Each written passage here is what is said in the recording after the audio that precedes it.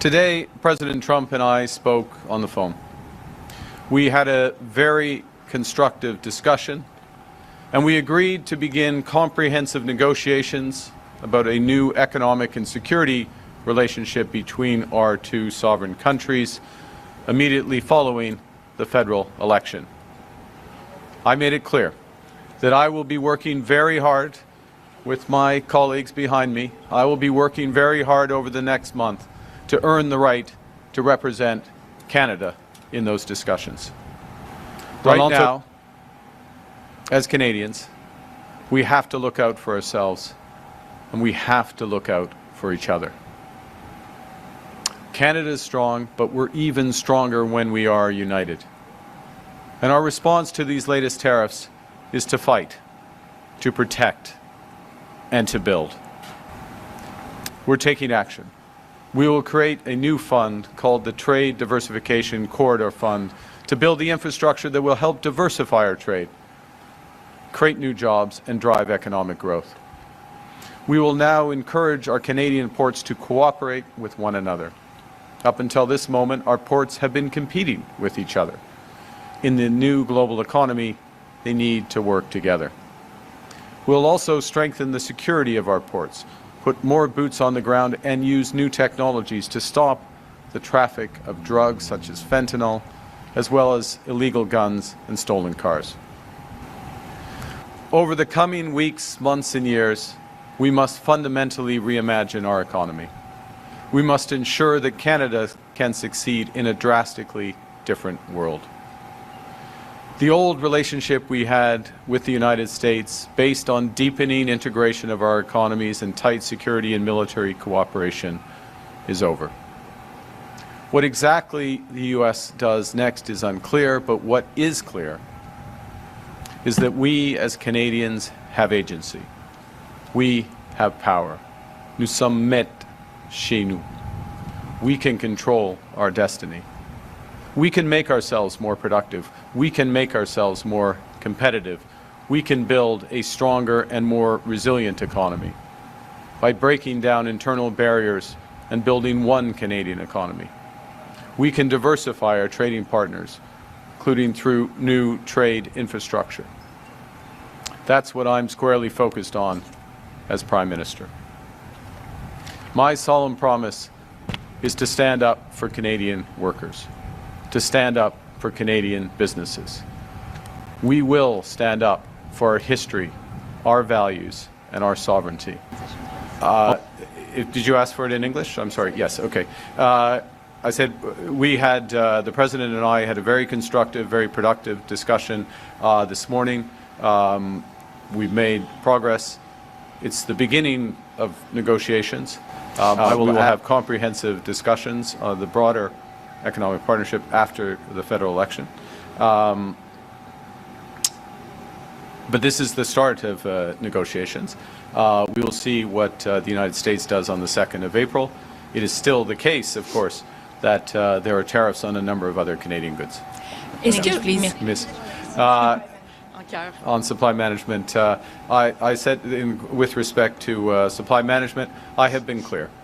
From the very first day of the launch of my leadership campaign for the leadership of the Liberal Party, the launch of my economic platform with Monsieur Champagne on Mauricie, that we will never have discussions with respect to supply management. It's off the table, and what one needs to ensure that is to have a government and a Prime Minister with that commitment, with a strong mandate. Thank you.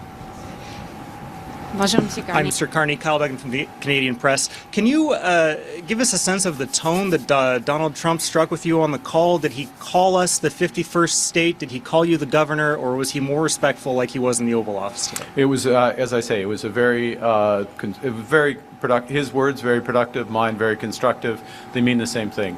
It was a very cordial, substantive call. Look, this was a call between two leaders of their respective governments, between two sovereign nations.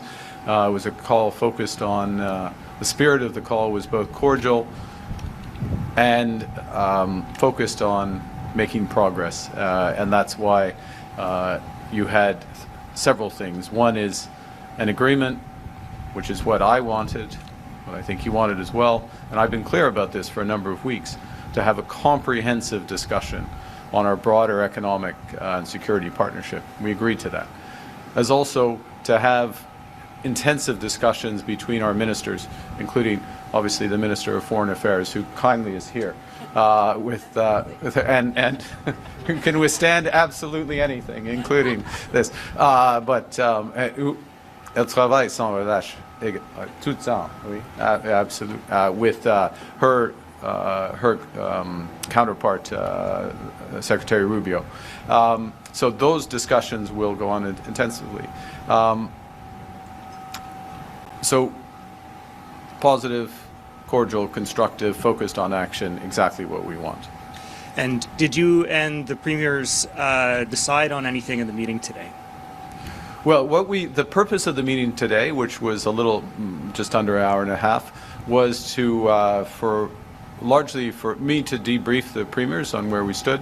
Secondly, to hear directly from them on their perspectives on two things. One is on the countermeasures that the Government of Canada, these are decisions of the Government of Canada, countermeasures the Government of Canada could take. So wanted to have their input for that. It's very important. Secondly, to continue the discussion on how we're going to build this economy and to reinforce those discussions. And in both respects, it was very timely and helpful to have those discussions. Thank you. Next question. Good afternoon, Ashley Burke, CBC News. President Trump's tone changed today when he talked about Canada. It seemed more positive, and same thing with the call. Do you trust that? Is there a strategy there? There's always a strategy in a negotiation. Look, I think we've been clear about our priorities, how we're going to approach this.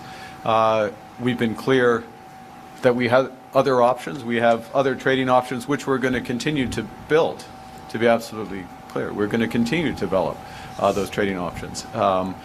We've also been clear about our priorities here domestically and how we're going to build out this country. Perhaps there was a different impression before about how strong Canada really is. You've said that you wouldn't sit down with Mr. Trump and talk to him unless he respects Canada's sovereignty. Did you convey that to the president today? And if so, what did he say? The president respected Canada's sovereignty today, both in his private and public comments. Okay. Brian Platt with Bloomberg News. One of the biggest trade irritants between Canada and the U.S. before President Trump came into office was the digital services tax, which the Biden administration and presumably the Trump administration sees as an attack on American tech companies. Are you committed to keeping the digital services tax, or is this something you're willing to negotiate with as you talk to President Trump? When we say that there's a comprehensive discussion, there's certain things that are off the table. We've been clear. Other issues, look, we can have discussions, but we will only agree to things that are in Canada's interest. You spent many years as a central banker assessing how policies affect the economy, along with other data and so on. Yeah. When you look at President Trump's policies, if they're all implemented, do you believe they will cause a recession in the U.S., and how would that impact Canada? Well, the second part of your question is easy, which is a recession in the United States always negatively impacts Canada. We have had examples when the U.S. has had a recession and we haven't had a recession. I'm trying to remember who was governor of the Bank of Canada at the time that happened. It was me. But it's relatively unusual. I think that these policies, I'll say the following, and I'll go back to what I said earlier. The president is intending to have a quite significant transformation of the American economy. Repatriate a bunch of activity, necessarily a number of industries would be restructured, and that will bring some frictions to that economy. Could bring some inflation. It could bring, likely to bring a slowing of growth. When you do big restructurings of economy, that's what tends to happen. It depends the pace at which that proceeds, which in part depends for the U.S. economy on the outcome of the negotiations with, we would argue, and I think with very much justification, the Americans' most important trading partner. So the prospect of constructive discussions, productive discussions, comprehensive engagement is positive for the American economy, it's positive for the Canadian economy. The short answer is the President did not indicate a pulling back on the tariffs on autos or steel or aluminum during the call. My response included that, look, this is the start of a process. Part of what's important, it underscores the importance of more intensive discussions between the Minister of Foreign Affairs, the Minister of International Trade, and their homologue, counterparties. Thank you. Si, c'est difficile de traduire même en anglais pour moi. I'm very slow. I'm very slow. Continue. But, it's the preference. It's the preference of Canada that Mexico would be part of the discussions. This is an important relationship. It's one that's worked exceptionally well. But honestly, I don't know. There have been many changes. The core point about the need for a new negotiation, a new partnership, certainly between Canada and the United States, is underscored by the number of tariffs that have been in place, the numbers of tariffs that have been threatened, the uncertainty that's been created by that, the scale of ambition of what the U.S. administration is trying to do. All of that means that, in our judgment, I think there's an agreement on the other side that we need to come and develop a new partnership. Prime Minister, sorry, you were clear to President local Trump. media? No, I apologize, Yeah. but you were clear to the President that you are going to retaliate. And what was his reaction? You've seen my statement. I'll leave it at that.